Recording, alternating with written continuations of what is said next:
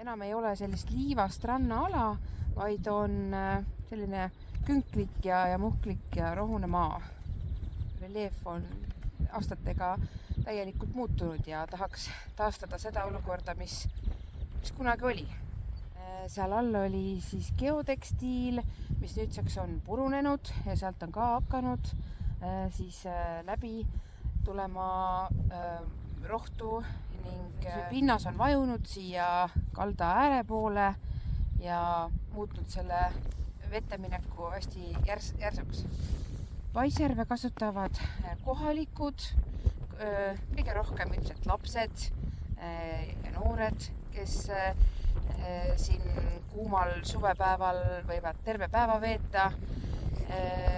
Ja hästi palju on ka tegelikult möödasõitjaid, et kohalikuna näed, et tulevad ka kaugemalt.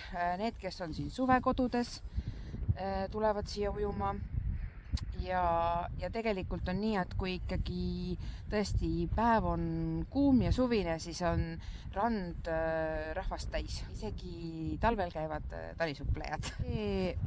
Elluviimiseks siis on plaanis kaevetööd, kaevatud pinnase äraveoga, siis paigaldatakse uus geotekstiil ja tuuakse liiva. Ja seejärel alustatakse lõplikud viimistlustööd, pinnase silumine ja haljastus.